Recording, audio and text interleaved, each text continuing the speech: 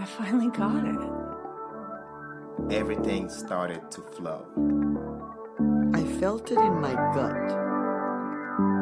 It was as though a light went on. It was a total aha moment. How do we know what we know? Scientists uncover facts. Nature imparts wisdom. Storytellers weave our shared narrative, while contemplatives seek inner knowing. All that we know is imbued with imagination, and our understanding is ever emerging. Welcome to Knowing, a podcast that explores the synthesis of knowledge, illuminating creativity and insight.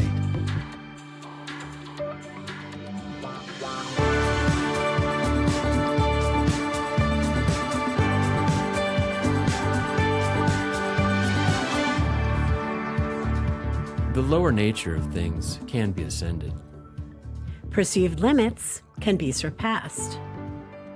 What is ugly can transform into what is beautiful.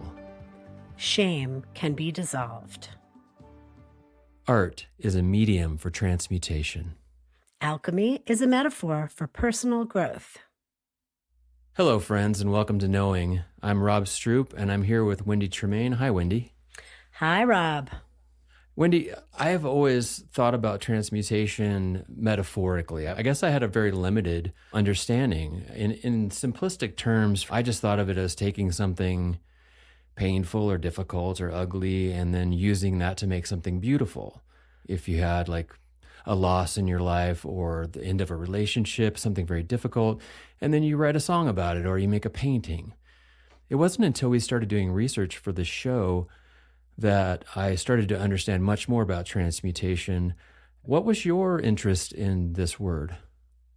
There's my interest and then there's my understanding of the word. So I guess naively, when we started playing with the word, I thought I knew something about it or what it was.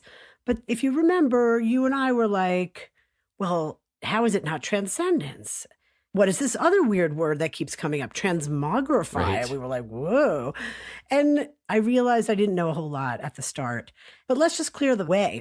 Transcendence is like, you can't change the world, but you can rise above it by having a better attitude about it, tuning yourself not to be jarred.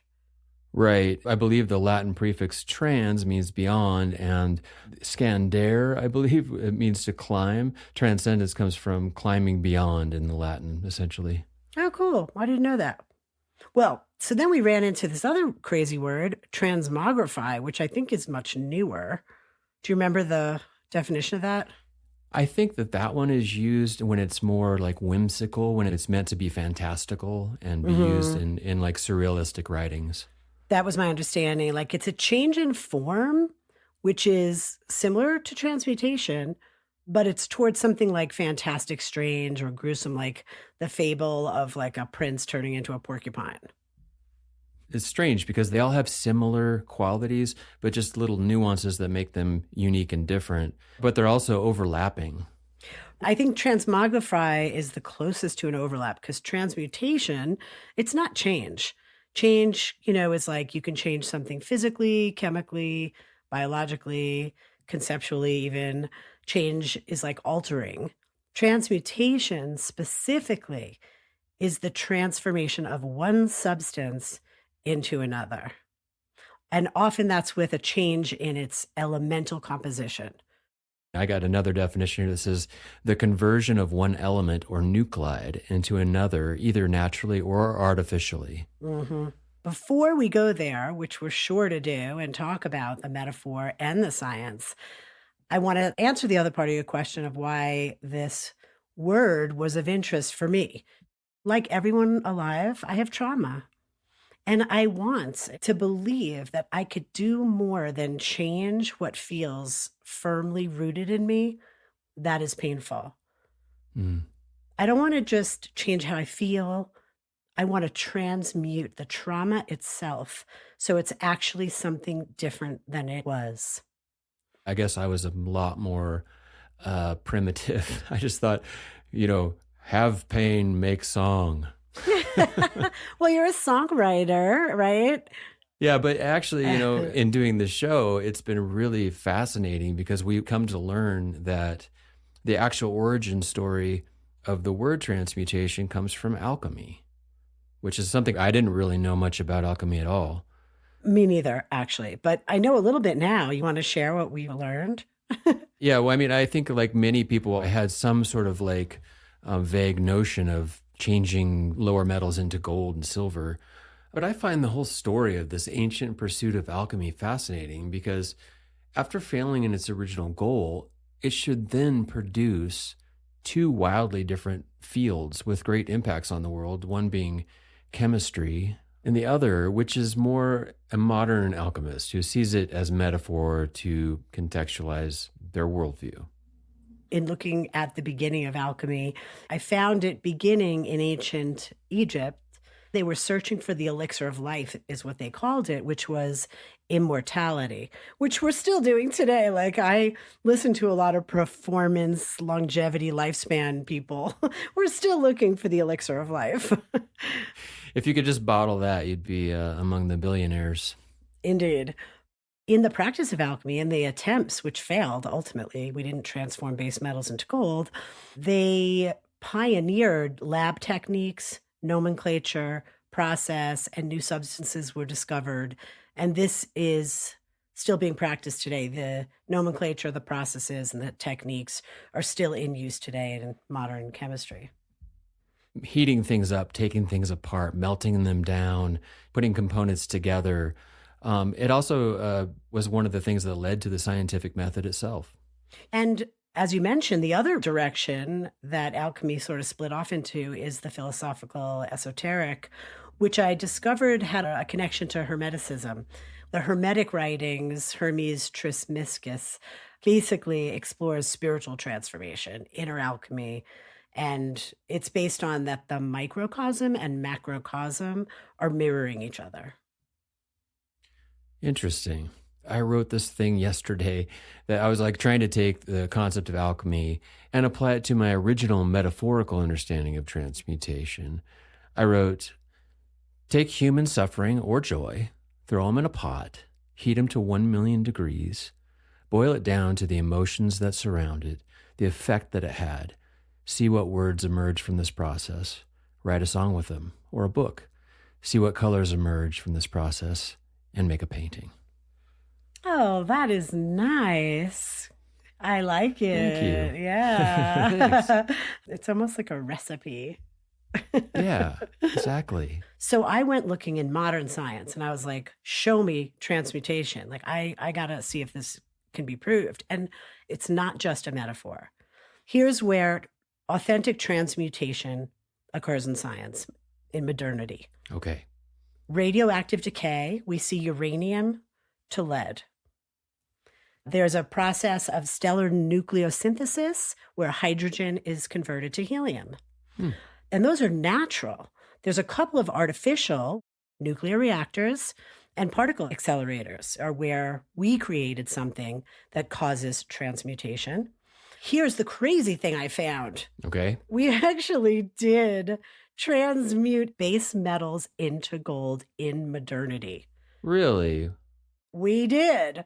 And I was so surprised. And it's called gold synthesis. And it happens in the context of nuclear reactors. Oh. Yup. So it's not practical. It requires nuclear reactors. It can convert mercury into gold by removing protons and neurons. But it comes at such a high cost in energy, and that translates into monetary cost, that it doesn't prove out. Like It's cheaper to buy the gold. exactly. That's funny. But I wish I could go back in time and tell an early alchemist in Egypt that we did it. We actually did it. We figured it out, but it's too expensive. Yeah. Dang. Yeah. Okay. So in my simplistic brain, in nature, because you're mentioning things in nature that happen, and then also like when there's human intervention, like with the particle accelerator. Yeah. What about a butterfly? Oh, yeah. Is that transmutation? I have scratched my head about it this past couple of weeks. So is it? I mean, yeah. I don't know. It really like breaks itself down into like some kind of liquid form and then reforms almost like an embryo forms in the womb. Mm-hmm. into a completely different thing. So I don't know. It feels like transmutation to me. I at least like to believe it. I'm going to say that's transmutation, and I'd be shocked if we were wrong, but we can let our listeners write to us if we are. Yeah.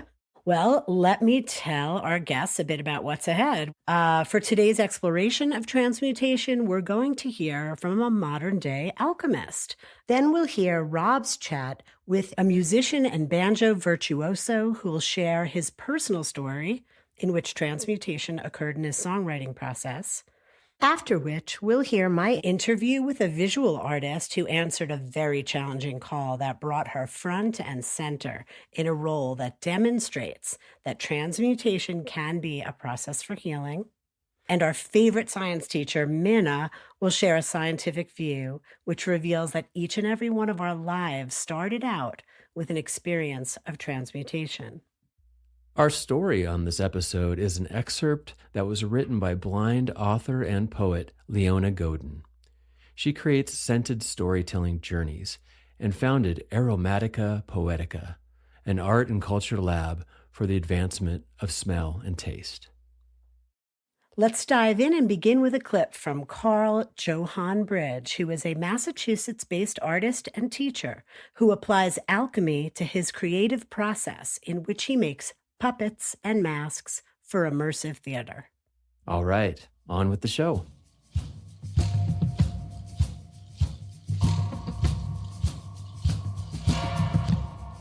I'm not setting up laboratory equipment and trying these chemical processes. Right?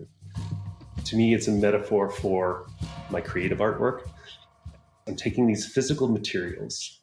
I have a goal, but my goal may not be where I finally get to with this piece of art. We're talking about calcination, dissolution, conjunction, putrefaction, fermentation. We want ideas to ferment, distillation, like separating parts and really drawing out the one that's most important or most useful. And then coagulation, what it's all brought back into, and trying to pull that essence into solidity again. One who practices alchemy is trying to create the philosopher's stone, that which could turn a base material into gold. The same is kind of true of our intentions as artists. We're trying to create the philosopher's stone. We're trying to create a piece of art that causes an effect out in the world. So then, what's your intention in your art? What does that gold mean to you? We've got the metaphor, and we have to decide what it is we are trying to accomplish with our magnum opus, with our great work.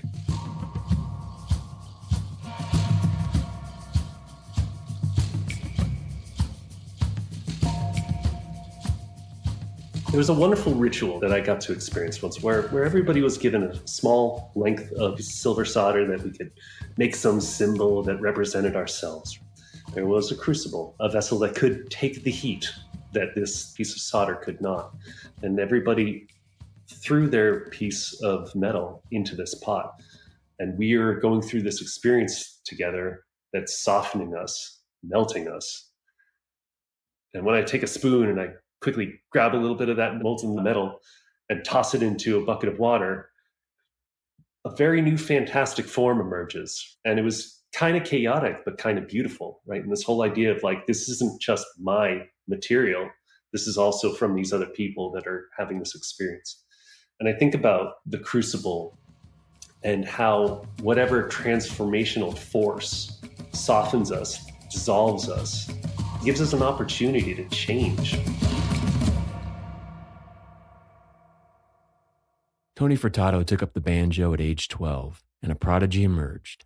Since then, he's had a long and illustrious music career collaborating with the likes of Alison Krauss, Jerry Douglas, and Kelly Jo Phelps, and touring with legends like Derek Trucks and Greg Allman. I've been working on records with Tony since 2009. Today, we talk about songs from his 2015 release, The Bell, where he took both very difficult and also beautiful life events and transmuted them into songs. Here are a few excerpts from that conversation.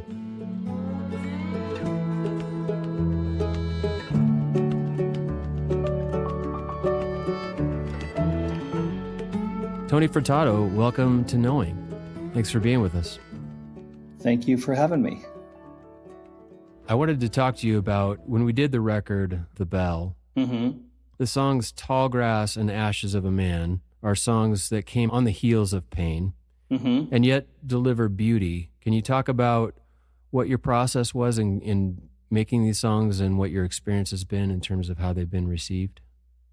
When I was writing that album, I had lost my father, but also my son was born. So I had some pretty heavy emotions going on. Love and I come tangle in a shining little sun. Hold to your light. I had songs about the joy of this new life coming into mine and also the sorrow of losing my father. So somehow all that had to wrap up in a cohesive way. And I found myself sometimes sitting with my son sleeping, working out melodies or writing down lyrics. Tall grass whispers, the hills when the wind blows. So when Tall Grass evolved, that was me going to a happy place in my mind, thinking about a time when my father would take me and my brother when we were just a little older than toddlers. Boys tumbling, chasing your shadow. We'd run around and tumble around and just have tons of fun in this tall grass. I remember it being willow trees and oaks, and my father being happy. I kind of took myself through from that time to the time when he passed, tried to tie it together with a pretty melody. Follow me through tall grass.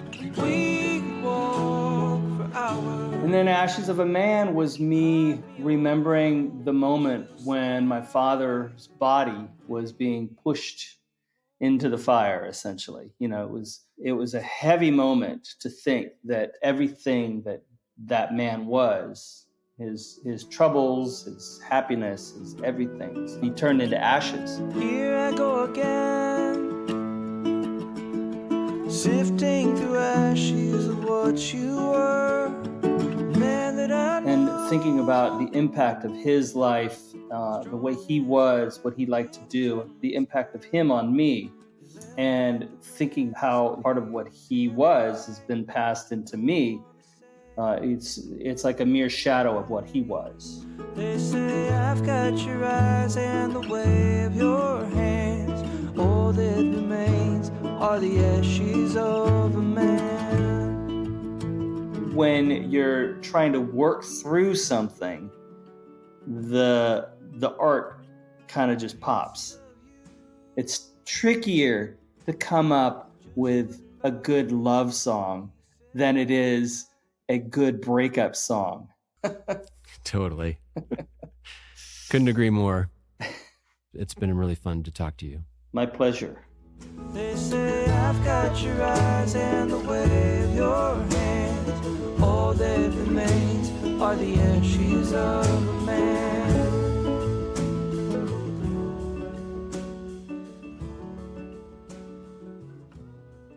Through love, all that is bitter will be sweet. Through love, all that is copper will be gold. Through love, all dregs will become wine. Through love, all pain will turn to medicine.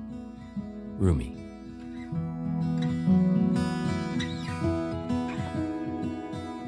Our next guest reveals how we may transcend our fears to answer an important call. Ranier Amiel Wood is an entrepreneur, a visual artist, and creator of a unique movement method, which she teaches in Santa Fe, New Mexico. I talked with her about a highly intimate artwork series, Vulveré, for which she has been painting women from around the world for over 10 years.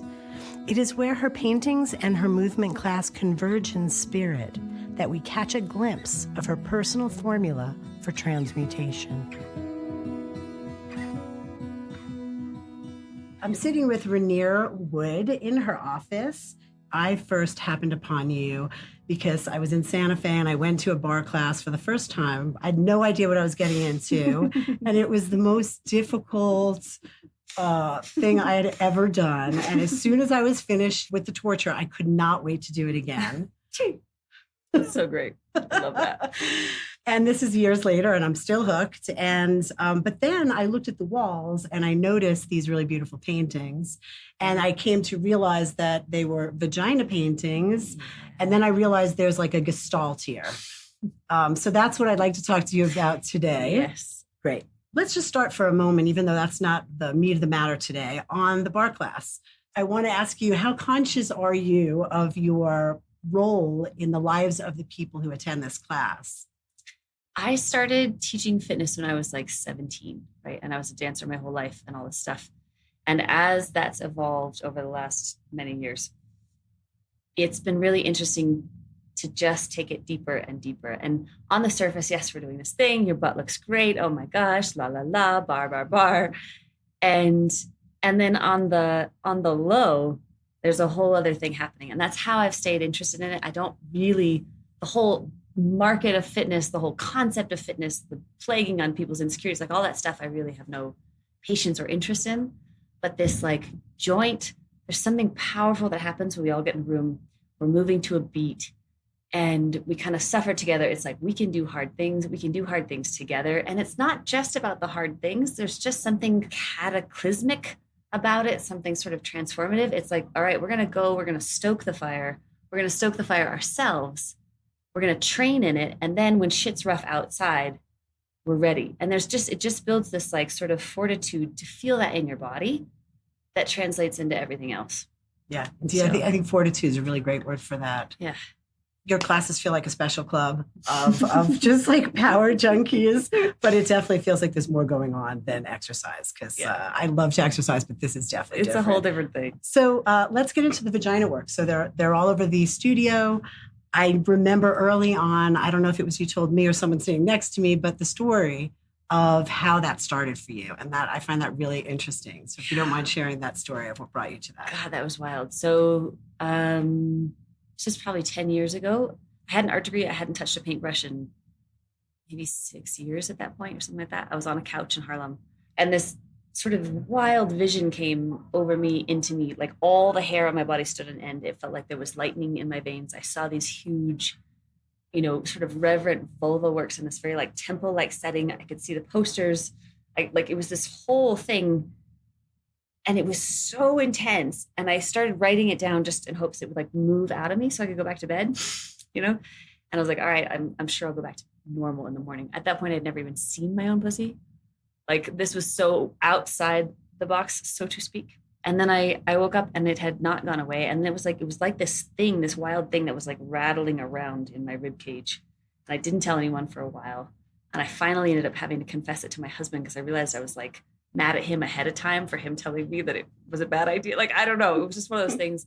And he looked at me and he was like, you have to do this. He was like, I've never seen your eyes look like this. So what was this? The painting of women and painting women live and seeing if I could, what it became like after I did my first one. So the one other person I told was a woman I was in a workshop with who lived in Amsterdam. She was like, I want to be your first. And she flew from Amsterdam to Minnesota to be painted by me.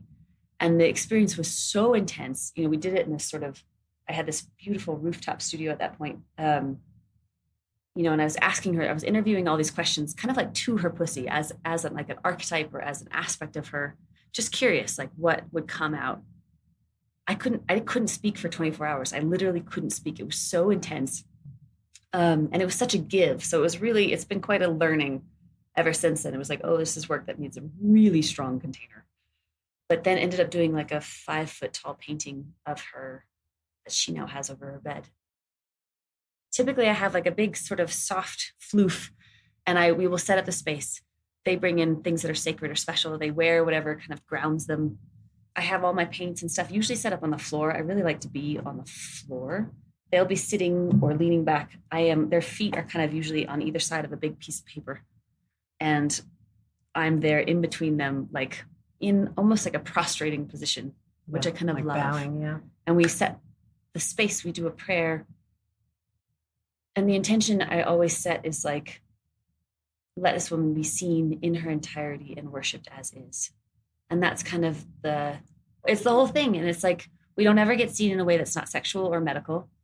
We rarely ever see ourselves, and to be allowed to be as is where the metaphor of the artwork becomes really powerful. We get all these associations and judgments with it looking messy or it looking dark or it looking all these things, and realizing that art isn't interesting if it's just perfect and pretty and plain and white. What grabs me here is you had never seen your own pussy. You have this vision, truly. Yes. Yeah. And so before you stepped into it and had this first encounter with this first woman, did you sit down and look at your own pussy and check? Was there a moment where it's like, I have to see myself? Yes. So I did. He's like, you have to do this. I'm like, okay, well then I got to do my own. And I was like, all right, babe, turn me on and take a picture of my pussy. Like, let's do this. And he did. And I was like, it looks like an alien baby. Like, I can't do this, blah, blah, blah, blah, blah, blah. And I freaked out all night. And then I made him take another picture of me in the morning when she was more civilized. And I painted off that second picture for the first year. My first painting was like in the style of what my work was like in college. It was like photorealistic oil painting portraits. And then there was a day I was in New York for a month to paint women in my friend's like being renovated apartment in Harlem. I was like, I never faced that first picture. And I went back and I pulled it out. And that painting was the one that broke all of my sort of barriers and had the painting start being how the woman feels rather than just her anatomy. And so that was changed. The photo that you were less comfortable with uncomfortable. As a visual aesthetic. Yeah. So uncomfortable. Yeah. And it was amazing. It was like, once I kind of was like, all right, we're going to do this with myself as is. Like, we're going to, we're going to lean in, and it changed everything.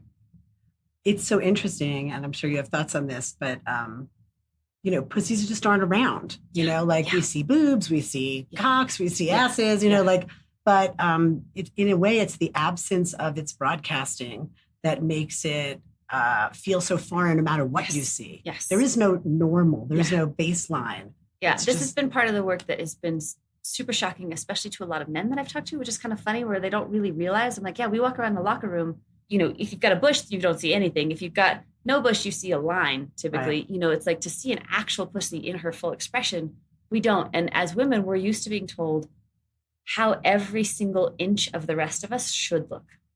So I have so many women come to me and be like, is this okay? Is mine okay? Is mine normal? What should she look like? And the only reference point women have is porn. It sounds to me like there was doubt and fright and concern and all of that. When you think about the part of you that had to push past that, I know it's been a while, but what was that emotive experience with? It sounds like the domain of anxiety, but was it more nuanced than that? This has been the most terrifying thing I've ever done. And in a certain way, it's never stopped being terrifying, because the edge just gets expanded. And then I go to that edge and then it gets expanded. My motto just became like, puke and do it anyway. Because there's two ways to do that, right? There's and same with bar. It's like, there's this is hard, override all your instincts and fucking push, from like the patriarchal, capitalistic, strive, push, whatever part. And this was more like, I know how important this is. It was like, oh, right. Suddenly everything about me makes sense. Suddenly it was like, oh, this is 100% what I'm here to do, and the work and the teaching that's come from it. But the fear it's no joke. And so it's just been this thing of okay, ride the fear, listen to it. If there's something for real that needs support, then it needs support. And we can do hard things. Yeah. I'm actually rereading Pema Chodron's When Things Fall Apart, the kind of famous Pema Chodron book. And I just underlined the line the other day of fear is a sign that you're getting closer to the truth. Yeah. Save that one. Yeah. I find there's two kinds of fear. I find there's a fear that's actually intuition. And I have had that be true. And it's a whole different physical experience than the fear of oh, fuck, I'm about to double in size. Oh, fuck, I'm about to be seen for all that I am. So I hear some things about it, but I want to ask you more explicitly how you see this from feminism? Mm. Because that is a really big, weird Oh, word geez. that's been presented all over the place, Yeah. And I'm just curious how it lands with you, or how the word feminism lands with you. Oh, feminism. No, feminism. Oh, yeah. feminism. And all your tricky complications. God. I mean, to me, this is deeply, deeply feminist from the perspective of this is about reclaiming that which has been profaned by the patriarchy, that which has been told is the lesser sex, that which has been said is less than, that which has, like our biological differences, like our hormones, our childbearing, our periods, our physical stature, all of that stuff plays a role in our disempowerment, or has historically.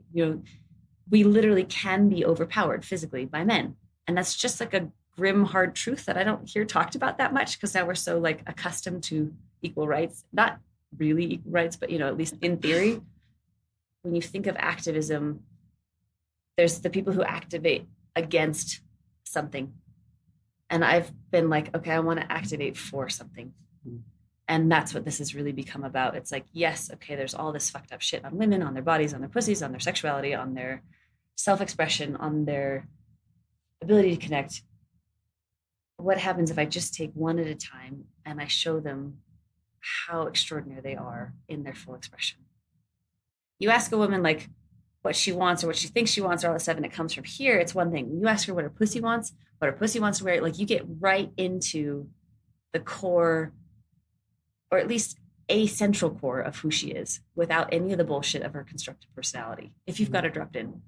And it's like, that's the shit you fall in love with. Like that is the person's best self, total essence, outside of programming, outside of how they think they should be, outside of all that garbage. Oh yeah, you mentioned what does your pussy wear? I'll just tell the story because it illustrates it so much. It was like I asked her what her pussy would wear, and she first sort of defaulted with stuff that was like rote sexy, like lace and pearls and then like feathers and something. And I kept asking, and then there was this still moment, and then she was like naked bareback on a horse with a bow and arrow. And I was like, yes, like there you are. It was like this beautiful visual for this almost like archetype or like a symbolic reminder of who she was on the inside. You know what I mean? Yeah. And so of course I got curious. I was like, okay, is the same thing happen with dudes? And I found when I asked men what their cock would wear, it seemed like I got a lot more of their sort of like ideals of masculinity. I got like Jon Snow, 007, nothing that told me a lot about who they really were as a being. And I was talking to a friend who does a lot of tantra work, and she's like, you have to understand, women go out at the heart and in at the pussy. So it's an internal access point. She's like, men go in at the heart and out at the cock. She's like, ask it of their heart. And so I did. And so then I started asking what their heart would wear. And I started getting these beautiful, beautiful responses. But it's tricky because it's not the same. Like there's a literal anatomical vulnerability to what I do. With women, it's like we're not ever in that position except with lovers or the doctor. Right. Interesting also that women may have a tendency to start with the societal projected thing that they had to address first, which is how am I presenting my pussy? Yes. Is it in lace or is it in leather? But it's presentation. It's for male gaze or for other gaze, not necessarily male. But interesting. Super fascinating. And that's been, the work that I now do, all the Blood and Honey workshops, like all that stuff that's come from this work has come from people's responses and being like, we need to strip off all of this bullshit that we've learned that is sexy, or all of this bullshit that we've learned is how we should be. Because it A, doesn't work, and B, actual authenticity it makes more beautiful art, makes more beautiful beings, makes more beautiful impact in the world. Spiritual traditions will often begin with unlearning. Yes. So that the etch-a-sketch is clear, and now we can put something in it, but first you have to go get to that. Yeah. So we're talking about your process. So if you were to just kind of short form it, like, this is a 101 workshop on transcendence, what would be like hearing the call, meeting the call, answering the call, and the maturation? It was like a deep soul. Yes. Like to me, that's the call where you get that thing. You're like, oh, it's in your bones. So yeah, that's sort of like that deep resonance. And then usually the subsequent, oh, hell no, fear, reasons not to, resistance, because the thing that I've come to, and now like this was the big one, and I feel like it's the maturation has really been, I now listen to the call every day. It's become the path. Like I watched how this changed me and what this led me to. And as that becomes a practice, then it's like, you have to go to the X place at this time. You don't know why. You walk in, you see the person you were trying to see. They give you the exact thing that you've been wanting. It's like that trusting of desire, but desire from such a deeper place. And then there's all these life death cycles within that, I think, and the mind and the ego getting all involved and being like, oh, this is going to be this, like from the get, I had people like, you're going to be an Oprah and this is incredible. And we think in our culture, like, oh, you're doing a big, cool, real, unusual thing. You're doing it well. That equals fame and money or, and so getting the head and the mind and all that stuff in and being like, oh, well, then it has to look like this or else it's not real.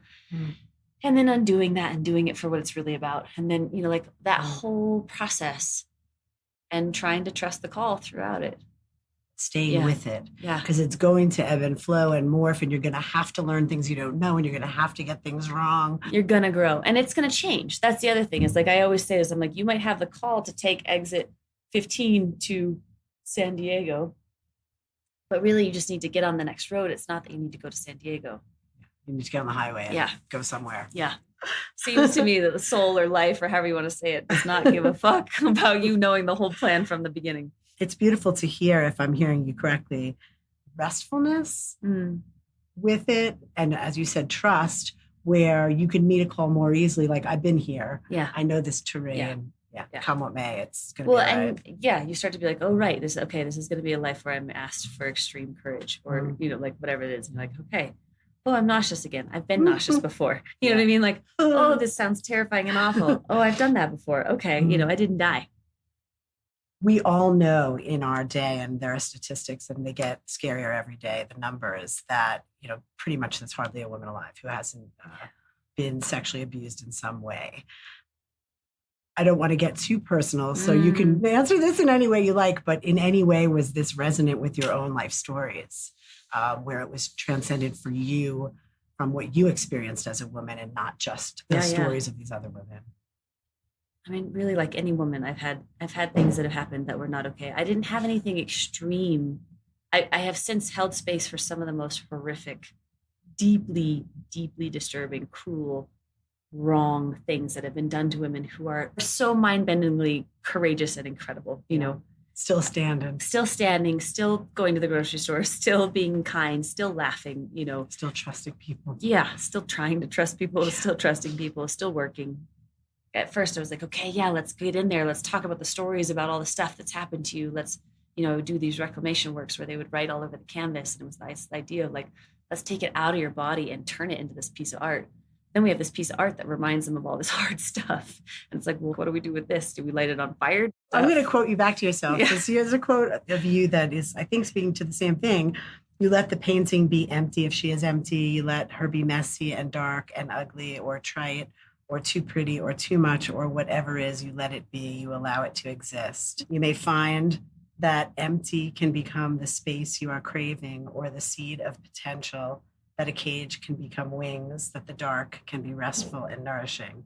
Whatever it is, first, let it be. Yeah, that's a really nice quote. Thanks for that. I got it too. But it's true, and that's what's been wild about the paintings is I'll be drawing it and be like, oh, fuck, is this a cage? Like, what is happening? And then the woman keeps working on her end, and I keep working on my end, and it literally turns into wings, or it transforms. And this is the trick. It's like you almost need to video the whole painting because it's the process. It's really the process. And then you have this final work, but it's really like color and line and shape and texture can say things that I can't say in words. Does this have a future that you can see? What a beautiful question. Because it's basically been 10 years of really extraordinary research with women. I don't know anyone who has this kind of data. Yeah, you have a very unique set of very data. Unusual set of data. That's really sort of powerful to hear, particularly for women, but also for men, it creates an incredible curriculum for self sort of integration and expansion. And so that's kind of been where, again, it's like, I took the exit thinking that the idea is going to be these huge shows in New York or whatever, but it's really the internal work. It sounds like it's a voice that's still It's evolving, at least so far. I'm like, I have to come at this from like the deep love of the woman herself and the work when it feels right, period. Is there anything else you might want to share with our listeners? I feel like the biggest learning of this whole work is, if, especially as women, where we're so told that everything we do, think, and feel is wrong, the radical act of stopping and being like, what if I'm right? And not what if I'm right and therefore I'm entitled to go act out my shit on everyone, but like, even like, oh, I'm pissed about that. What's right about that? You know, and having that be your exploration first before you try and, you know, get past it or get back to a happy space or blah, blah, blah, blah. Like, what if your pussy's right exactly as she is? What if you're right?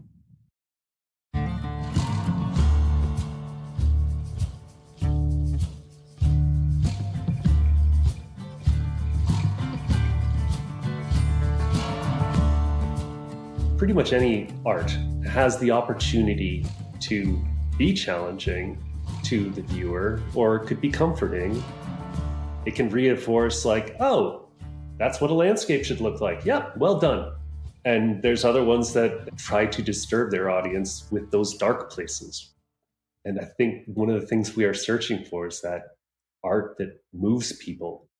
I have this whole series of masks that are just trolls, and they're kind of scary and kind of silly and disturbing. And I enjoy challenging people, making people interact with the art and not knowing exactly what should happen with them, but just creating this thing that kind of goes out into the world and causes some havoc or humor.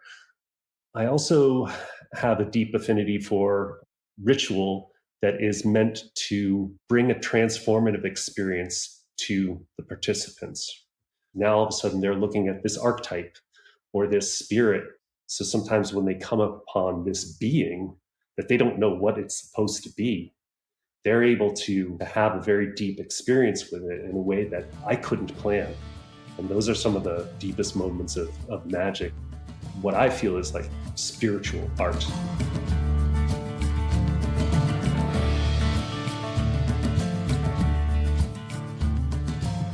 I think what's important, and one of the reasons why we might see the shift from organized religions into some older mysticism, is because people are looking for something different than what was served them initially in life. This is the key of why alchemy, there might be a resurgence or people be drawn to formal magics. So one of the goals is gnosis, right? Knowing. There's not a cleric, there's not a priest telling you what is true and what you should believe. Alchemy provides a set of processes in which you experiment, and you will see the results of your practice. And I think that's closer to a self-initiatory process. Within alchemy, there's value to thought and imagination, and the effect that those can have on the world, on our reality, on the cosmos. When one sees those and experiences those, we feel empowered that we can actually make change in our life and in our experience.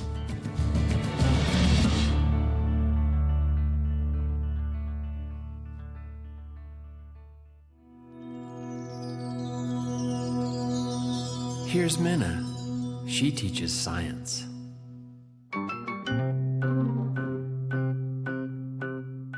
Humans are composed of about 30 trillion cells. How did the most complicated thing in the known universe develop from one single cell, the zygote or fertilized egg? The 30 trillion cells that make us up were created by mitotic cell division, which means every cell contains the same DNA sequences as the zygote. Proteins are the tools of cells. Cells like muscle, bone, brain, or liver function differently because they produce a unique set of proteins specific to that cell type that allows them to do their specific job. Receptors are the proteins of a cell that allow that cell to receive communication from other cells. During development, cells use this chemical information to make epigenetic modifications of specific genes and their promoters. They control whether or not a gene is available for expression. The process of human development is extremely complicated, and no one knows exactly how it works, especially in the early human embryo. But when we make egg and sperm during meiotic cell division, the epigenetic markers are erased so the newly formed zygote can start building its humans from scratch. To follow is a writing by M. Leona Godin titled The Poetry of Alchemy, Distillation, Transmutation, and Shakespeare's Sonnet 33, published in Quail Bell magazine and read by musician and songwriter Chocolate George.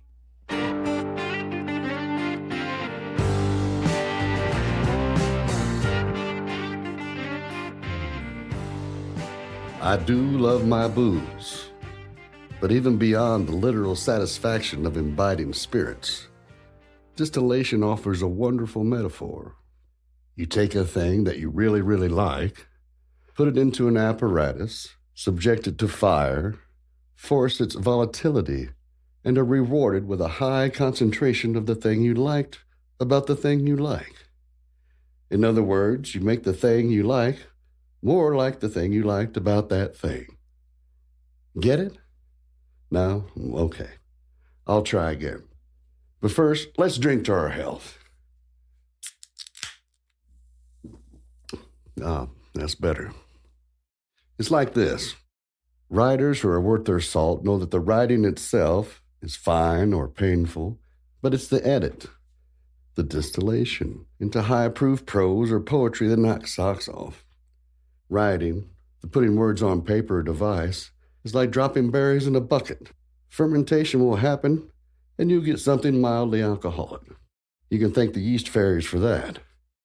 Likewise, you can thank the human brain for the stories and images that drop into the buckets of our imagination. But it's the work of the writer to distill the fermented mash into a strong-ass spirit. Adam Rogers writes, distillation tells us that having less of something can make it more potent. It is concentration, it is focus. While fermentation is natural and will happen with or without us, distillation is a human invention, a technology. As Rogers puts it, distillation takes intelligence and will. To distill, literally or metaphorically, requires the hubris to believe you can change the world. And who better to turn to for advice about the hubris of changing your world than the very lunatics who, if they did not ever hit upon the philosopher's stone, did invent and perfect distillation? The alchemists. Though alcohol was not the first thing to come out of their alembics, we must thank the long and secretive contemplation of transmutation for the eventual revelation of distillation. The alchemists figured out how to turn wine, ironically perhaps, into water, specifically aqua vitae. But before fermentations of grains and fruits went into the still, strange things like sulfur and antimony went in. The ultimate goal being the philosopher's stone, a substance that would turn base metals to gold. At its most basic level, writing poetry means to make or create. And to take it one step further, the transmutation of base metals into gold is not unlike a poet turning the mundane and painful stuff of life into something sublime.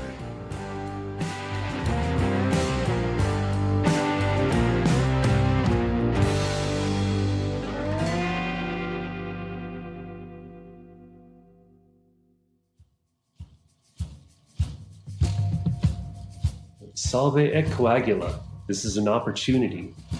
Salve. Dissolve my normal sense of self. Soften myself and try to reform so that I can return to my life different, better, a little closer to that that noble material that we're searching for.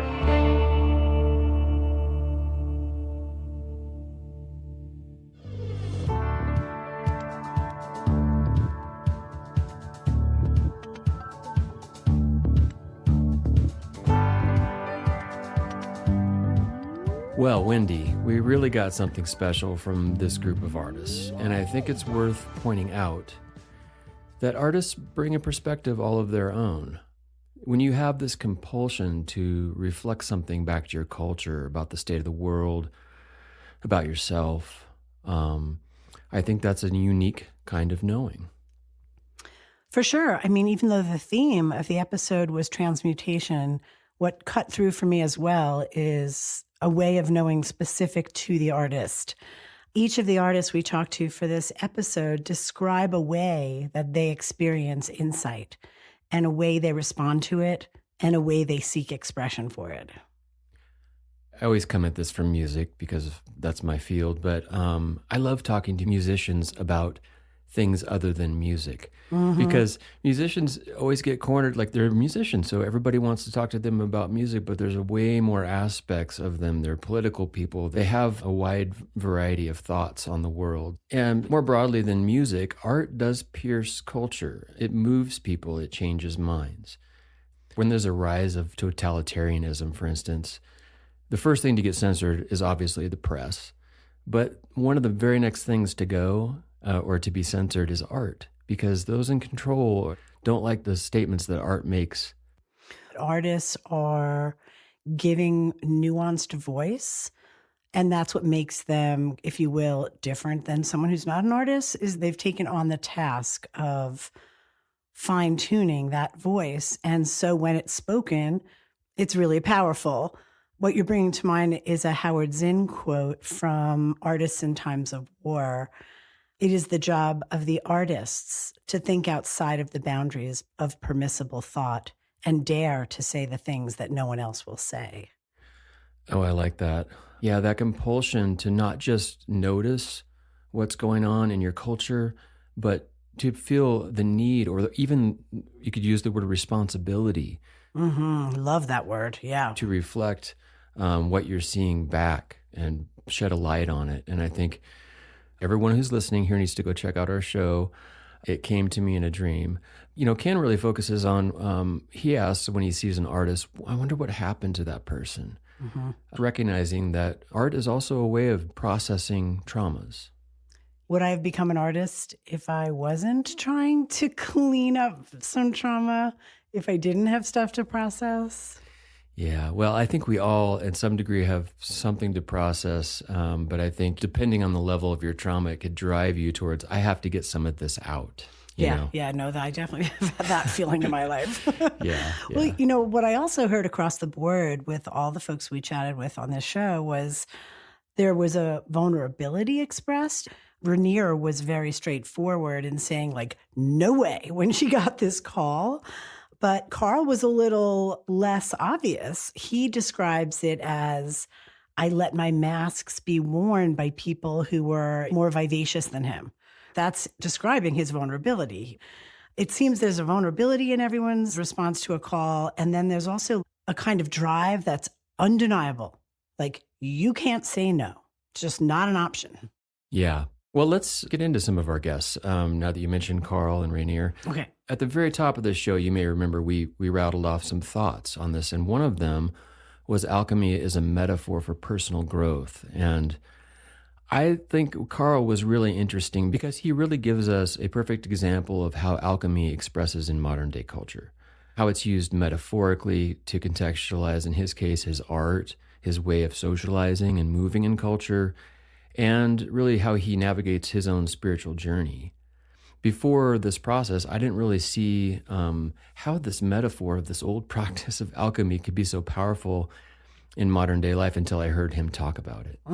Yeah, I liked hearing the words, crucible, distillation. What were some of the others?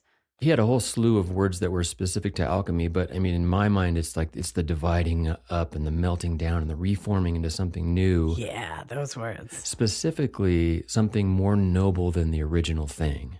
Love. Yeah. Ranier really brought home that shame can be dissolved, right? Like that's where I feel like the word transmutation really comes to life. It infers that it's not just taking something painful and making a beautiful piece of art out of it. It is that. But the transformation or the transmutation that's occurring is much deeper than just the piece of art that emerges. It's also the healing within the person. Yeah, the healing is the elixir, if you will. So what is ugly can transform into what is beautiful. Well, damn, if that wasn't obvious in Ranier's work, because here she is taking like sexual trauma and really, really dark experiences of women and transforming them into something so beautiful you can sell it and people want to hang it on the wall and look at it every day.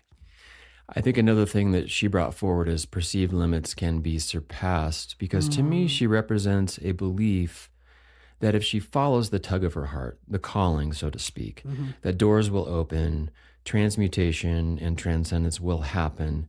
But you have to learn how to listen to yourself, trust your inner self, tune yourself, and do things that scare you, the things that are hard and stretch you. She said so many great phrases that I had never heard before, but one of my favorites was when she describes that process of stepping into it with all that fear. She's like, oh no, what if I'm about to double in size? And I was like, wow, I've just never thought of it that way. Yeah, I like to puke and do it anyway. Puke and do it anyway. Well, my favorite Ranierism was the last thing she said, which is, what if you're right? Yeah. What if you're right? Important question, especially for women to ask in a male-dominated culture. Yeah. So a little non sequitur here, but I love what you did with your conversation with Tony. I love the way you presented it and mix the songs into the conversation so we can follow his process of transmutation in songwriting. Those two songs that were really brought forward out of a time of painful losses and joyous arrivals. It sort of represents more of what my original understanding of transmutation was before the making of this show. If you recall, Have Pain Right song. Yeah. So I thought that was an interesting and beautiful way to just show it happening. Let's talk for a minute about the reading on distillation. Oh, Leona Godin's piece. Yes. The definition that I looked up for distillation, of course, there's the literal one, that's the chemical process, and then there's the metaphoric one, which is the extraction of the essential meaning or the most important aspects of something. And I thought Leona was outstanding as she weaves this metaphor of alchemy with the actual process of distillation, which came out of alchemy to begin with. Yeah, I know. It's a great piece. And then she starts pointing it sort of towards poetry, getting it down to the essence of the purest words that really deliver the goods. It's the least amount of words you can say it in. Yeah. There's a potency. She had a cool quote. It was actually a quote by Rogers, who had written a book on, I believe, alcohol and fermentation. Distillation takes intelligence and will. To distill, literally or metaphorically, requires the hubris to believe you can change the world. Well, doesn't that describe humanity? Yeah. Yeah. So what is that hubris? That thing that we search for that will provide a key to the mystery we're trying to unlock. If only we had the volume knob on that hubris. Oh, actually, isn't that the philosopher's stone? I mean, that's like this invisible, magical thing that somehow we believe is there, even though it's hidden from view. And we think if we can just find it, maybe we could maybe lift ourselves from these burdens and from our trauma and return to childlike wonder or immortality, if you will, and be revivified. To me, that conjures up an image of like in an Indiana Jones movie where they've got like this certain sequence of events that has to happen. Oh yeah, like you got to turn something. You got to stick the rock in here and turn that knob, and then the secret stone door opens and the treasure is revealed. And then you open the dusty box that you pull out of the ground, and somehow there's a light in there, and it's bright. And maybe that represents the elixir of life. Or the philosopher's stone. Yeah. Mm-hmm. Well, my book that I wrote, The Good Life Lab, to me was a philosophical writing, even though it reads as a thinly veiled homesteading guidebook. And in chapter 24, my only chapter where I distill what I learned from everything I'd written in the book, there's one sentence, which is actually, to me, maybe it's my magnum opus, right? The philosopher's stone is inside the heart of the sincere, the only safe place for a thing of value to be stored. Mm. You know, we can fake a whole bunch of stuff. We can fake being wealthy and smart and powerful, and we can dress up as our alter egos. But sincerity, by definition, cannot be faked. And isn't that what artists are seeking after? Like, they try after something, they try after it, and they're always looking for this answer to, like, did I say it? Did I get it? Did I say it? You can't fake sincerity. So I really believe that the philosopher's stone is, if we can each and every one of us really discover and feel and know sincerity, that what follows that discovery will be all the insights we need to transmute what is ugly and destructive to what is beautiful. I have nothing to add to that. Thank you for listening to the Knowing Podcast. Thanks, everyone. Thanks, Rob. Thank you, Wendy.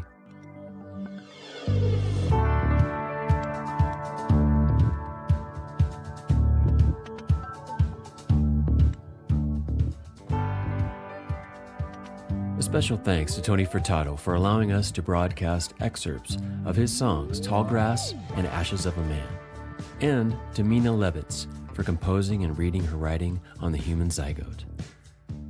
We are always delighted to receive feedback from our listeners.